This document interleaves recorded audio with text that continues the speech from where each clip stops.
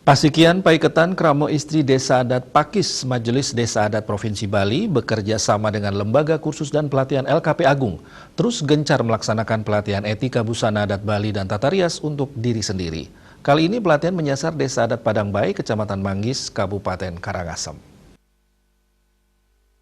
Desa Adat Padangbae.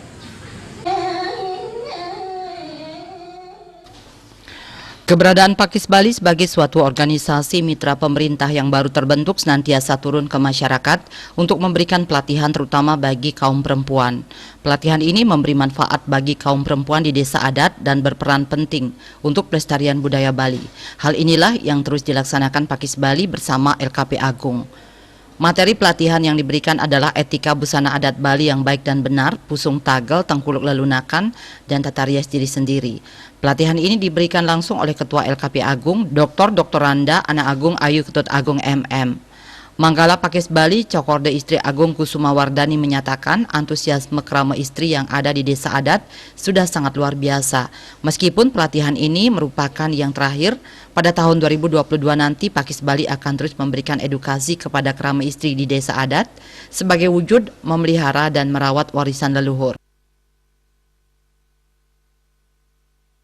Etika busana adat Bali di desa adat Padangbae adalah kegiatan pelatihan yang terakhir kali setelah 18 kali kami berkunjung ke Kabupaten Kota Sebali.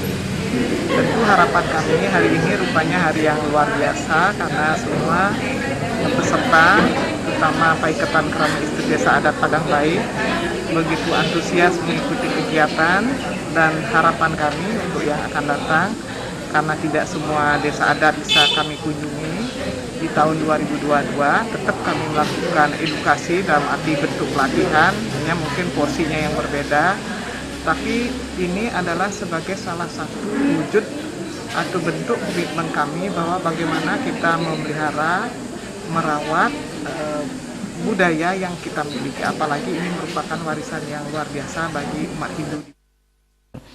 Sementara salah satu peserta pelatihan, Ninengah Sudaning, menyampaikan terima kasih atas pengalaman yang diberikan. Pelatihan ini sangat bermanfaat bagi krama istri di desa adat Padangbae, terutama dalam hal merawat diri sendiri. Di Padangbae yang merasa mendapat pengalaman lah untuk bisa merawat diri sendiri.